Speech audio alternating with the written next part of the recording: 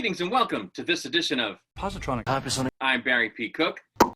Let's talk about the latest episode of DC's Legends of Tomorrow. This episode was actually pretty good. It wasn't a crappy, stupid, zany, pointless, pee-pee caca no substance episode, like many of the episodes have been this season. It was called Silence of the Sonograms, and here are the details. It starts off with the crew learning that Bishop is back. This time he's in his final form because Sarah disrupted the uploading of his pattern to the cloud before he could clone himself. So he's like the last, I guess, copy that was available, and there are no more copies. He's in his final form, as it were, thankfully. Mick grew himself some pregnancy hair last episode. It looks terrible. I just want to say that. It's ridiculous.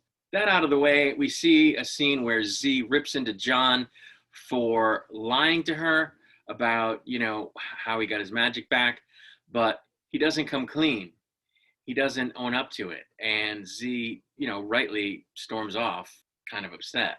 Ava confronts Bishop after they've now got him in a holding cell, who tells her that she's amazing because her model of clone, has reduced hormones.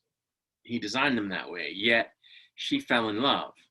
He says he can help Rory, whose brain is about to be consumed by the babies, as their development continues, according to Bishop. Spooner realizes that her memory's been erased because Z goes to Astra, and Astra takes her to Spooner, and they ask her, what happened in the cave? And Spooner realizes that she can't remember and that it seems like her memory is gone. So Astra says she can use a spell to restore it. Meanwhile, back over at John's place, he's struggling with trying to quit the juice, and he argues with his dark self because his dark self is trying to get him, of course, to not quit. We go back to another scene with Ava and Bishop, and, she's weird. She says she's never been to a wedding. Her favorite flower is the cactus. Her favorite color is gray, and she doesn't understand appetizers. All of these things come out while she's talking to Bishop about trying to plan the wedding. But she did look hot this episode, which is unusual. Normally she looks very frumpy, but she looked quite good in this episode. I think a couple episodes ago she also looked quite good, but it's unusual for her. Anyway, Spooner's memories, of course, are restored, and she, Z, and Astra realize that they need to find out exactly what John's been juicing with. So they head off to do that. Ava lets the containment field down to dance with Bishop, which was really dumb. She then gets upset when Bishop tries to reassure her that she's not some crazy variation of the human species, that she's just like everybody else. She's not some abomination, where I guess she kind of feels like she is in a way, and he's trying to tell her she's not.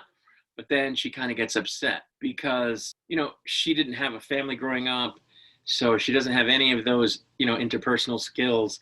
And, she hasn't been to a wedding. She doesn't like colors, the things she was saying before. So he didn't really reassure her. It actually made her more upset because she sort of just doubled down on her feelings rather than really hearing what he said. She talks with Sarah about it, but still doesn't end up feeling any better. And she continues to feel sorry for herself, as well as sympathetic towards Bishop. She kind of tells Sarah, well, he understands me a little better, which I don't understand because he's the one that told her the thing that got her upset. But anyway, Z talks to John, who apologizes for his behavior and apologizes for the tiff they had earlier. She heads out to try to make some tea for him. Rory starts having contractions, whatever that means when you're pregnant in your neck, and he's freaking out while Gary tries to comfort him. John shows up on the Wave Rider because he learns that Z grabbed his juice while she was there, and he tries to get it back, and they confront him over it, and he ends up ditching it, and he goes off with Z to detox. She's going to go to support him as he detoxes back at the house. Sarah and Ava reconcile as Ava expresses her fear that she won't know how to love their family because, like I said before, she never had a family dynamic and never developed those interpersonal skills, but is reassured by Sarah that she will be able to.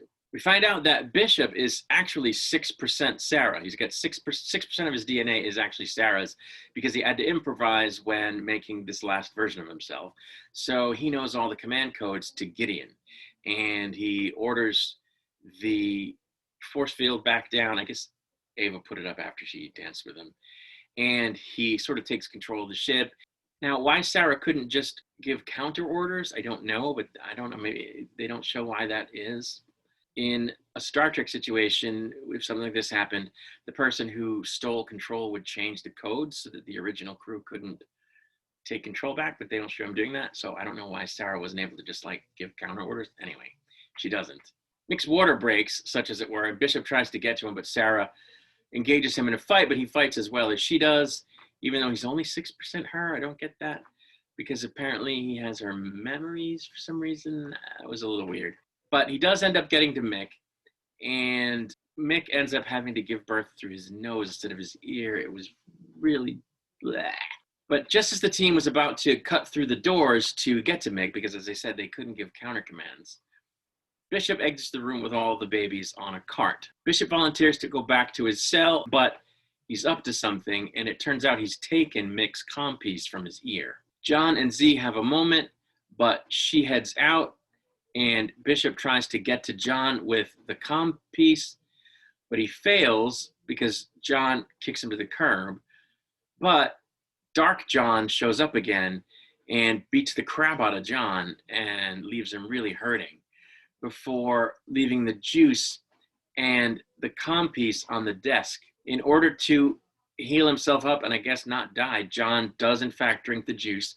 He puts the earpiece in and he gets back in touch with Bishop, who had said that he could help him get his real powers back.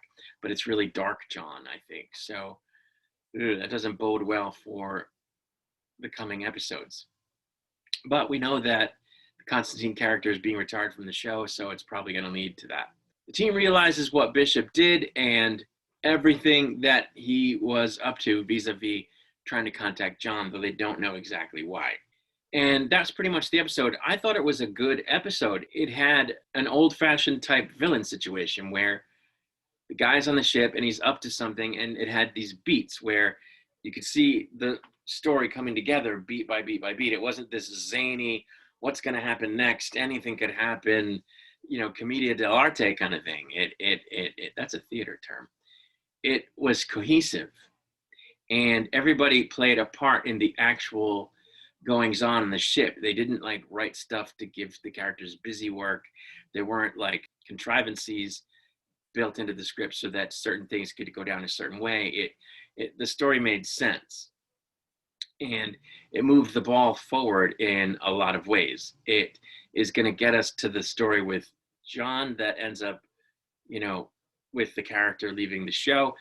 It's making a real adversary out of Bishop, which is something we haven't seen on this show in a while. It's just week to week stupidness. But now we've got like, a several episodes worth of Bishop being the bad guy. And so it starts to feel more like a real show than this goofy thing every week.